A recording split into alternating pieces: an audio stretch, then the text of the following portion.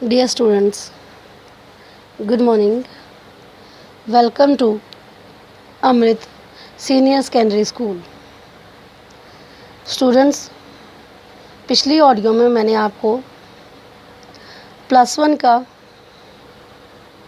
Subject Hindi के chapter 6 Jaishankar Prasad ji द्वारा लिखी कविता सच्ची मित्रता पढ़ाई थी।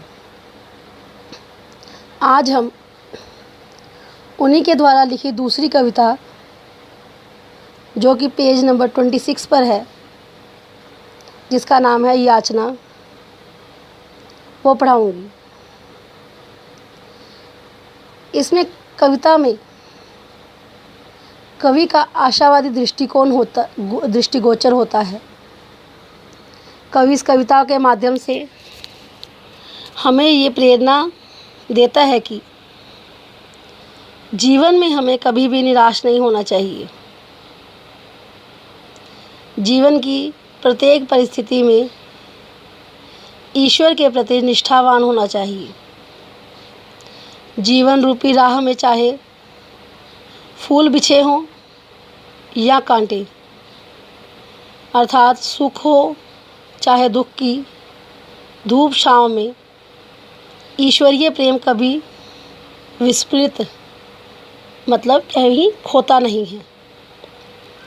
आज हम जयशंकर प्रसाद जी द्वारा लिखी कविता, जो कि पेज नंबर 26 पर है, याचना, उसे पढ़ेंगे। जब प्रलय का हो समय, ज्वालामुखी निज मुख खोल दे, सागर उमड़ता आ रहा हो, शक्ति साहस बोल दे।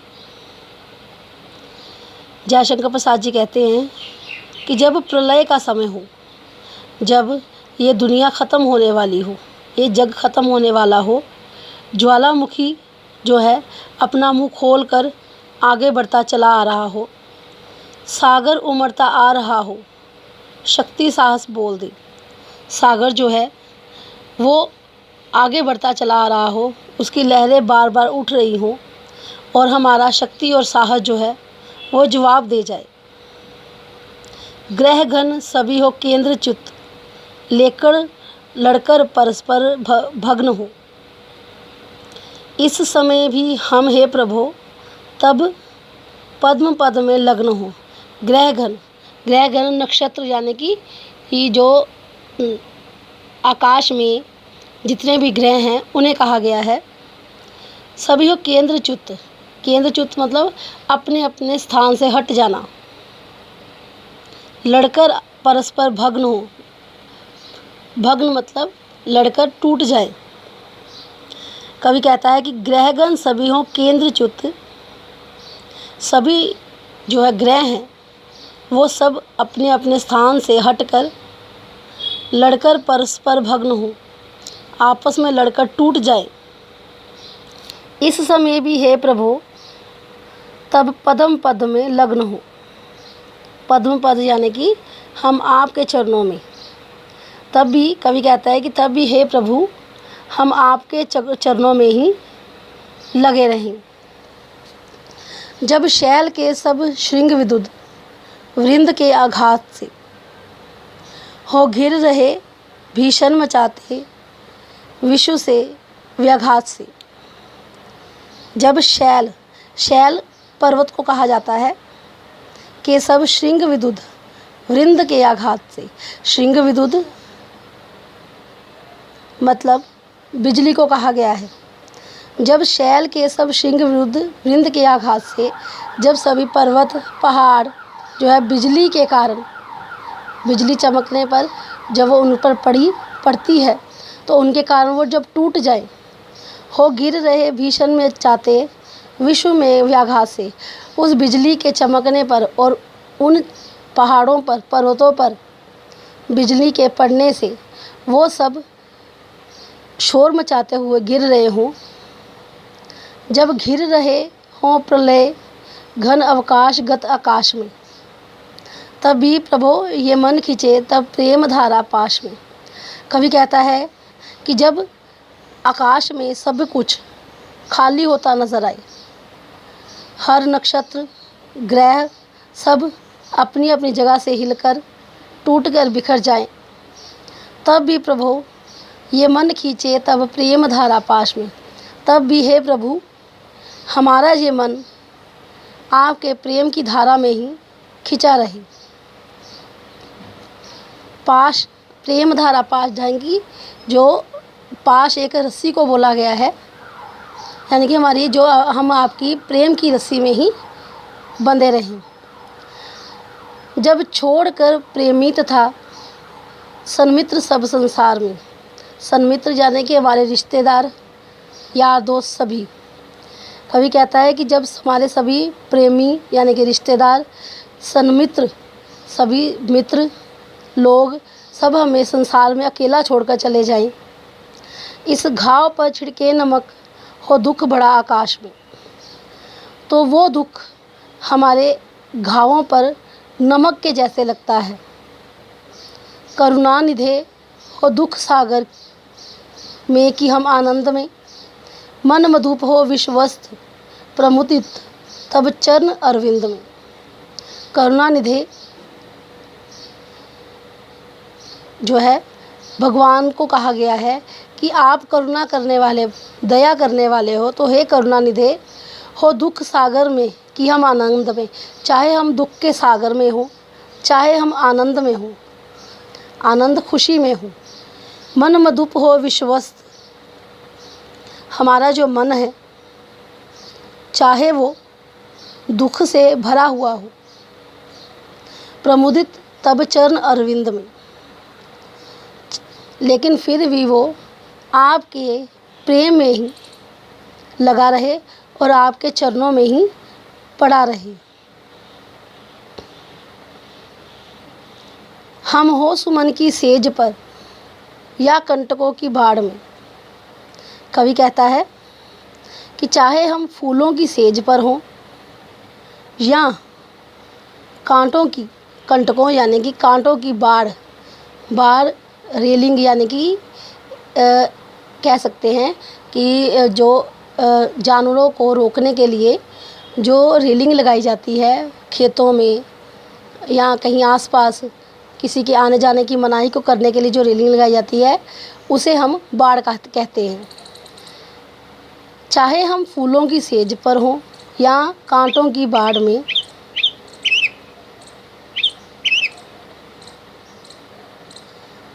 पर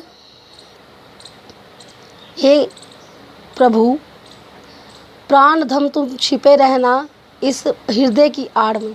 पर फिर भी प्रभु आप हमारे इस हृदय की आड़ में कहीं ना कहीं छिपे रहना।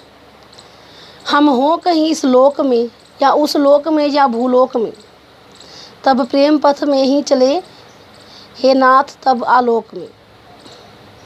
कवि कहता है कि चाहे हम उस समय कहीं पर भी हो, इस लोक में हूँ, इस लोक मतलब धरती पर हो, उस लोक में चाहे हम स्वर्ग में हो या नरक में, भूलोक में या हम कहीं पर भूलोक यानी कि धरती पर या पाताल लोक में हो, तब प्रेम पथ पर ही चले हे नाथ तब आलोक में। तब भी हम प्रेम के रास्ते पर ही चलें और हमेशा आपके जो है कामों का ही अनुसरण करते रहें। डियर स्टूडेंट्स, इस कविता के साथ ही मैंने आपको इस कविता से जुड़े कुछ क्वेश्चन साथ में दिए हैं, जिन्हें मैं साथ में बोल रही हूँ। उनका आंसर आपको इन चारों जो सलात हैं उनमें मिल जाएगा, इसलिए इस सलात को ध्यान से सुनिए, समझिए और फिर इन क्वेश्चंस का आंसर दीजिए। पहला क्वेश्चन है, प्रस्तुत कविता और कवि का नाम लिखिए, जो कि आपको मैंने इसके ऑडियो के स्टार्टिंग में ही बता दिया है। दूसरा है, कवि इस कविता में याचना कर ईश्वर से क्या मांगता है। याचना, जिसे हम भगवान से अरदास भी बोलते हैं, कि हम भगवान से मांगते हैं, तो कवि ने इस कविता में याचना कर ईश्वर से क्या मांगा है। तीसरा है, जब पर्वत पहाड़ पेड़ सब एक दूसरे से टकरा रहे हों तो भी मनुष्य का मन कहाँ होना चाहिए। ये आपको सलात नंबर 2 में या 3 में मिल जाएगा इसका आंसर। नंबर 4, इस कविता में करुणानिधि किसे कहा गया है। इसका आंसर भी मैंने आपको सलात में बता दिया है, जो कि आपको सलात नंबर 3 में मिल जाएगा। चौथा है, इस पंक्ति को पूरा करना है, पर प्राण धन तुम छिपे रहना, इसको आपने पूरा करना है। ये भी आपको सलात नंबर 4 में इसकी पंक्ति का आंसर मिलेगा। इसके साथ ही मैंने आपको कुछ शब्द दिए हैं जिनके आपने अर्थ लिखने हैं, जिनके अर्थ मैंने आपको बताए हैं। सबसे पहला है व्याघात, दूसरा है मधुप, तीसरा करुणानिधि और चौथा है अवकाश। आपने इन सभी क्वेश्चंस के आंसर अपनी अपनी नोटबुक पर लिखने हैं